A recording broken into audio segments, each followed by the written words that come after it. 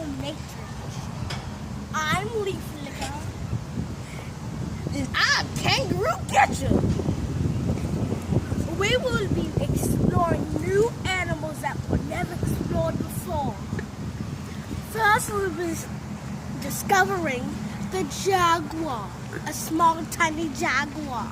Come on. Wait, I think we see a jaguar approaching. Let's head over this way. Yeah, man.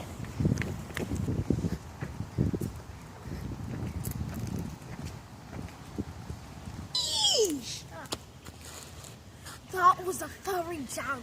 Did you see how furry it was? Hey, my name is Kangaroo Catcher. I have a master's degree in biology and in animal science. Today, we're going to be looking for some dinosaur eggs and some extraordinary insects. Follow me! I think we've made a discovery. As you can see, these are the egg hatchings of the Mama Lockatoo dinosaur. They lay their eggs sort of like dogs dig bones. They dig a bunch of holes and plant their eggs in there. Now we're entering the bear cage. The bear is quietly sleeping comfortably. It's hungry. It's big.